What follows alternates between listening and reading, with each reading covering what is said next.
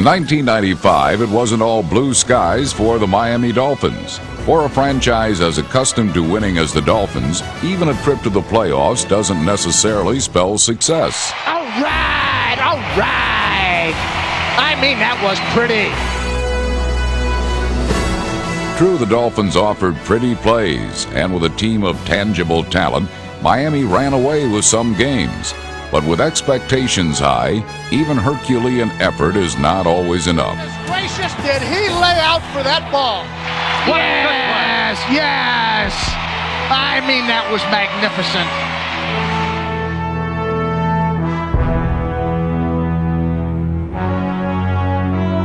Still, the Dolphins gave better than they got, and like every great team, they never surrendered. Fryer goes in motion to the right side. The pitch to Terry Kirby going right side. He's looking to throw. He's going to pass to Irving Fryer. He's got it at the 10, at the 5. Touchdown, Dolphins! Yeah! 1995 was a year of milestones and record-setting performances. But most of all, it was a year of transition, as the man who helped define the Dolphins said goodbye. For more than a quarter of a century, he has been the symbol of Dolphin excellence. To a man, his men have been committed to victory and him. Whether under sunny skies or capricious rains, the story of Don Shula's career has been good year after good year.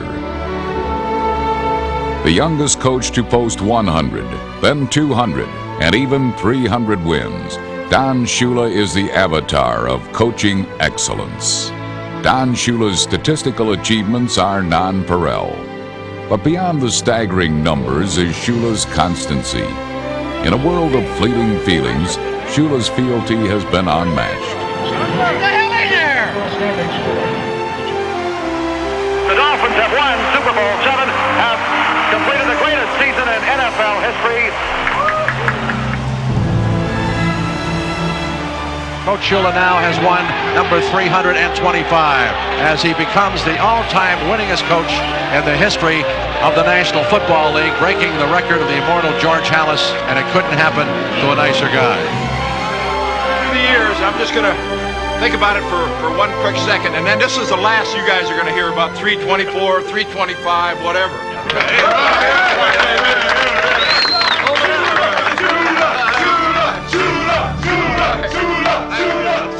I feel good about the decision that I've made, and I want to make myself available to Wayne, who has given me all the support that you could ask for since he's took over ownership of the Miami Dolphins.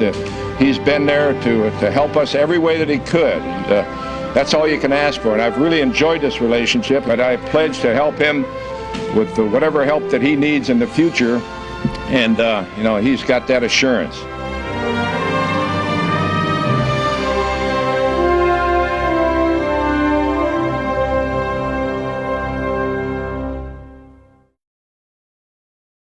At this time, it is my pleasure to introduce to you the next head coach of the Miami Dolphins. Jimmy.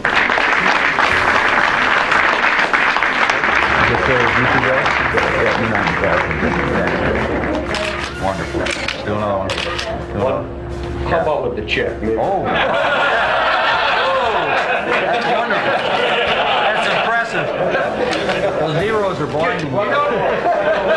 You notice how my eyes close when I really smile big? And you lit up, too.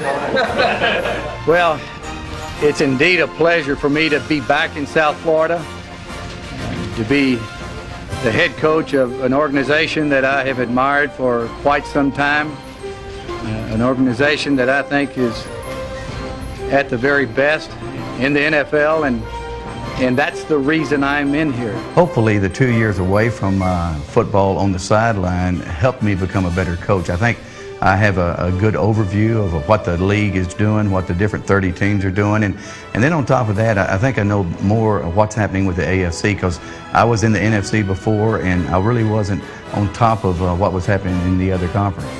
Jimmy Johnson is always on top of things. As the coach of a national championship team at the University of Miami, the winner of 2 Lombardi trophies, and a 4-time recipient of Coach of the Year honors, South Florida still has the best coach in the NFL.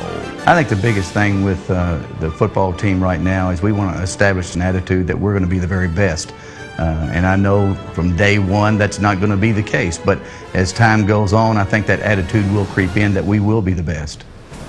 The Dolphins have talent, and Jimmy Johnson will assure that the proper attitude is combined with all that aptitude. And in what may be a harbinger of next season, the Dolphins began last season with the perfect combination of talent and teamwork. With the temperature in the mid-90s, heat was in the air for the home opener. But nothing was as hot as the Dolphin offense, which exploded for the second most points in team history. He's in for the touchdown. My goodness, what a nice heave by Danny. What a nice pattern by Irving Fryer. So Parmalee by himself in the backfield. Takes the handoff, has a hold to the left side. He's breaking it to the left. He's at the 15, 10, 5. What an effort by Bernie Parmalee. Marino under center. Second down, he's back. He's looking. Now scrambling to the right side. Throws into the end zone. It's caught. Touchdown, Irving Fryer. Deep in the end zone. Marino. Still, the offensive frenzy was made possible by the defense, which forced 6 turnovers.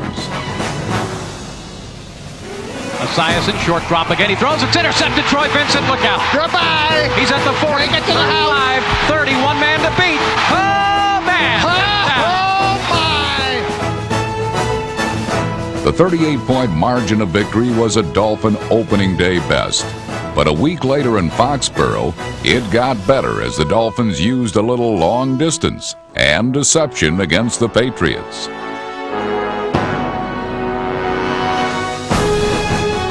Terry Kirby made passing look easy, but it was a more traditional figure in the pocket who provided the day's longest score. 10, Marino under center.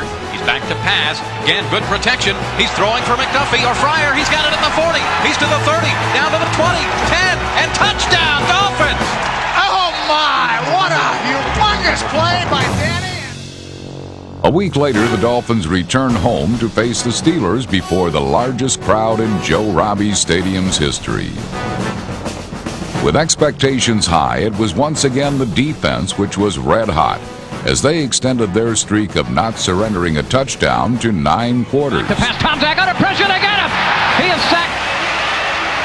And he's under pressure, scrambling around, he's hit, it's a fumble! And the Dolphins recover at the 32-yard line! Oh, right! Dan Marino efficiently converted turnovers into touchdowns. Complete to Kirby at the 10, at the 5, touchdown Dolphins! At 3-0, the Finns were alone atop the AFC East and looking like a team capable of great things. A week later in Cincinnati, however, what was supposed to be a romp instead became a worry as the underdog Bengals led late in the fourth quarter. Still, no deficit daunts the Dolphins, and as Marino took center stage, Miami's comeback took shape.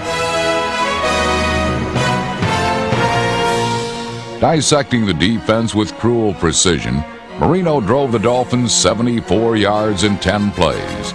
And on a day when Marino would throw for more than 450 yards, he would save his best throw for his last. Dolphins down to the 15-yard line of the Bengals. Marino takes the snap, he's looking, throwing into the end zone. O.J. McDuffie, he made the catch! It's a touchdown, Dolphins! Marino to O.J. What a big play by O.J. McDuffie! The Dolphins' remarkable comeback concluded a perfect September. But a month to remember would be followed by one to forget.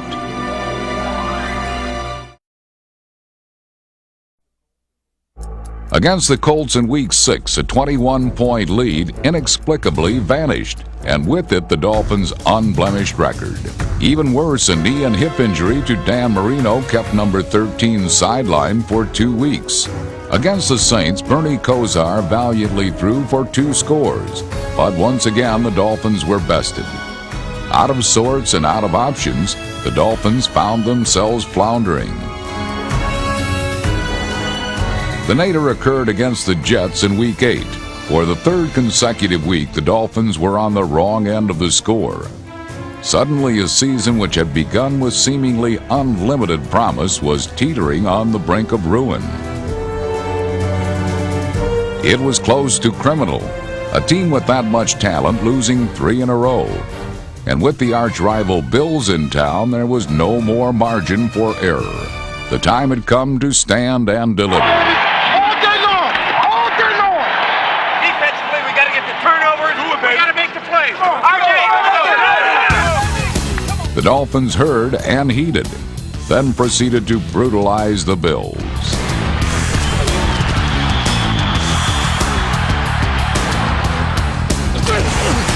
My goodness, what magnificent football this defense is playing. And while the defense was flying to the ball, Miami runners were flying toward the end zone.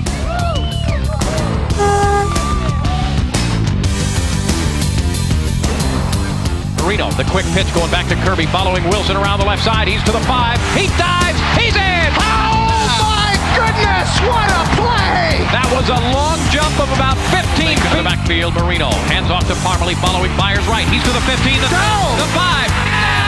Touchdown Dolphins. He got into the end zone. Parmalee's perfect swan dive proved to be the Bills' swan song and ended the Dolphins' skid.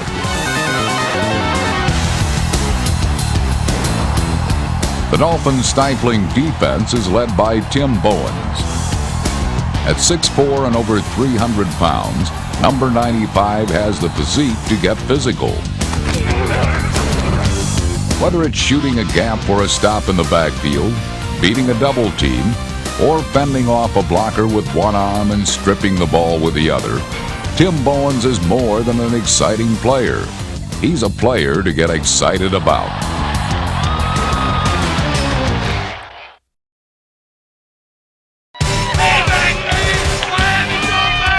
Another thing to get excited about is a payback.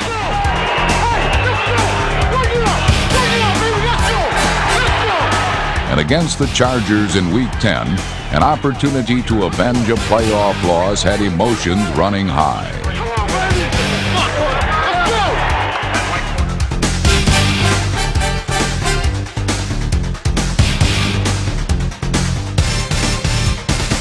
Go, dude, keep going, keep going! Stop.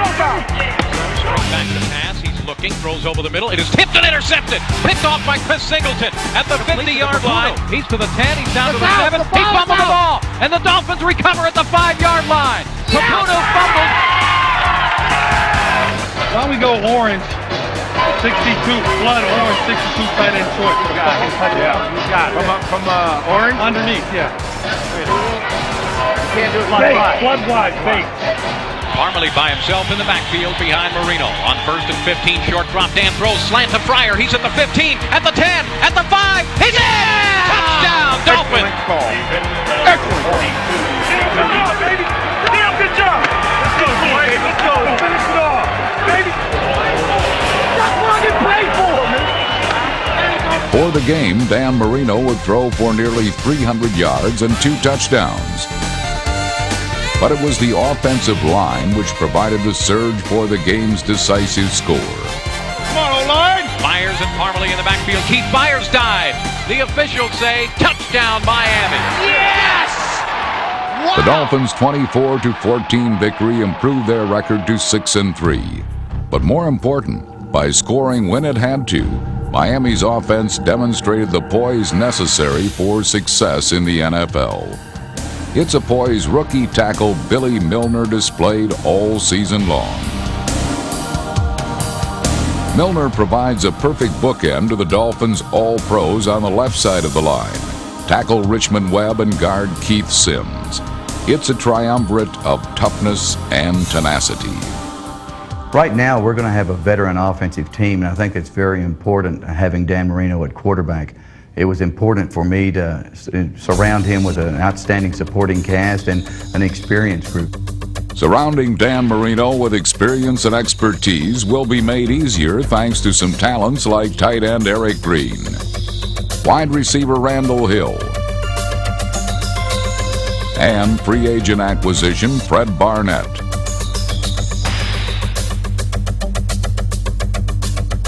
Still, no receiver proved to be more reliable last season than O.J. McDuffie.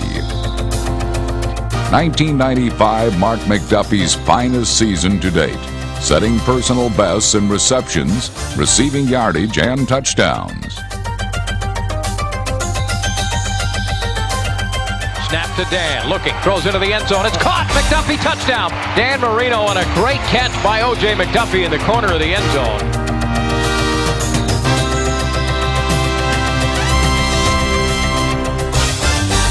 Go-to guy may be an overworked phrase, but what else to call a player whose receptions produce first downs more than 80% of the time?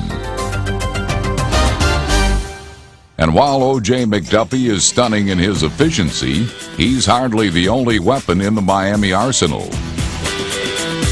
Expect running back Irving Spikes to tear it up next season as he vies for a starting job, along with Bernie Parmalee and Terry Kirby, who were the 1-2 punch of the Miami running game last season.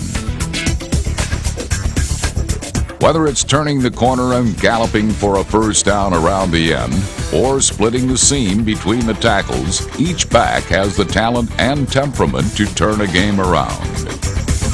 For the second season in a row, Parmalee led the team in rushing, while Kirby rebounded from an injury-marred '94 season to post a career high in rushing yardage. While the Dolphins were unmistakably a pass-dominated team in '95, it would be a mistake to discount the importance of Miami's running game. And with talents such as these, expect the running game to soar to new heights in 1996.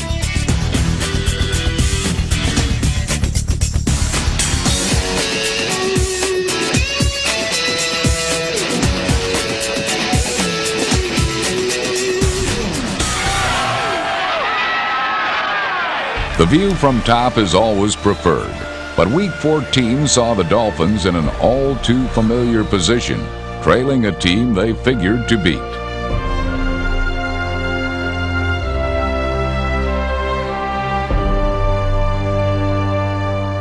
Still, while the fans were restless, the Dolphins were resourceful. Trailing by 6 points with under 2 minutes remaining and without a timeout, Miami called on Dan Marino, who responded with a magnificent 8-play drive. With precision and poise, Marino dissected the Falcon defense.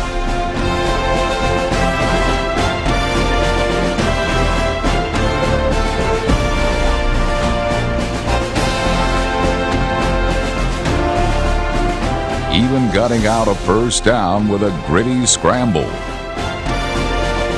Still, only 11 seconds separated Miami from yet another loss. Here we go. 3 wideouts left and 1 to the right. Middle is open. He's looking. He's under some pressure. Steps out to the right side. Throws into the end zone. And it is caught. It's a touchdown. Touchdown, Dolphins. Oh, my God. The Dolphins have scored. They did it. 11 seconds left in the game, and the Dolphins have scored a touchdown. I don't believe it. The Dolphins are going to win. It was vintage Marino, playing his best when his team needed him most. The Dolphins have always needed Dan Marino, but what team wouldn't? He is quite simply the greatest quarterback in NFL history. Dan Marino's got such a vision of the field. He's got the quick release that everybody talks about, but more than anything else, I think the accuracy of him getting the ball to the receiver to make big plays. Big plays have been the hallmark of Marino's career, and 1995 was no exception. With his hair trigger release and pinpoint accuracy, Marino remains the epitome of what an NFL quarterback should be. For the record, Marino finished the season with 309 completions, over 3,600 yards, and 24 touchdowns. Good numbers, to be sure, but when combined with the statistics from his first 12 campaigns, they became legendary. Takes the snap, he steps up, he's under pressure, moves left, now fires wide open! Clark's open, it's a touchdown! For Dan Marino now holds every meaningful career passing record in the NFL, including most completions, most yards passing, and perhaps the most coveted passing mark of all, most career touchdown passes. He breaks the tackle, he's in! Touchdown Dolphins, and Dan Marino with that touchdown has broken another record. He has the granddaddy of them all now. Most touchdown passes ever. And the Dolphins are on. Dan Marino's statistical achievements are without precedent. So too is his talent. And to celebrate, even the former record holder, Fran Tarkenton, was on hand to give a hand to the quarterback whose name now appears atop the record book, and will perhaps forever. In Week 15, the Dolphins' record stood at 7-6. A victory against the Chiefs was an imperative, so the defense hunkered down and came up with the big plays. Defensive surge by that Dolphin unit. Marino helped transform the turnovers into points.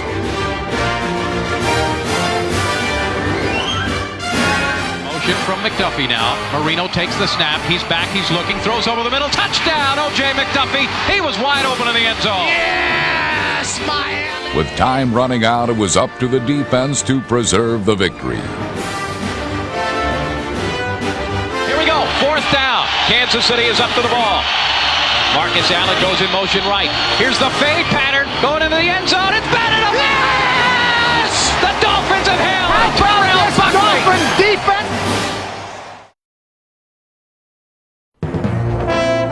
In the season finale, the Dolphins' playoff fate would be decided over 1,000 miles away. But despite not controlling their own destiny, the Dolphins went out and controlled the game. Using big plays, Miami made a big statement.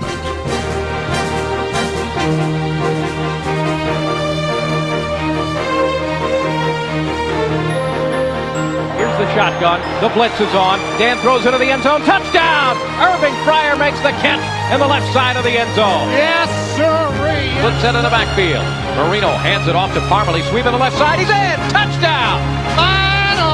Oh, man, did that sucker break wide open. He was untouched.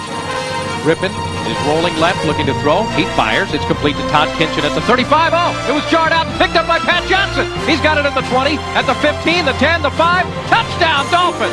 Pat Johnson on a fumble return. Wow. I mean, in the Christmas spirit, Santa Claus must have been thinking about Pat Johnson. The Dolphins' big win catapulted them into the playoffs. But truth be told, mighty men and magnificent effort weren't enough. Still, big plays suggested that this is a team capable of great things. A team ready to take the next step. A team with a reason to believe.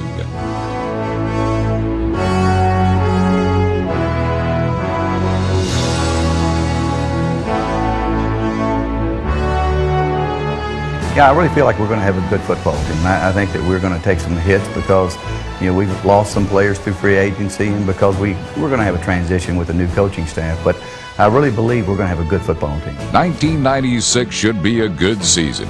But winning is an attitude, and Jimmy Johnson has long-range vision. I think that we're going to continually get better as time goes on. I think once we get settled in with the Miami Dolphins, I think that we'll be one of the best teams in football. The Dolphins have the talent, the tenacity, and the team to win. 1996 should prove to be a renaissance of Dolphin domination because a new era has begun.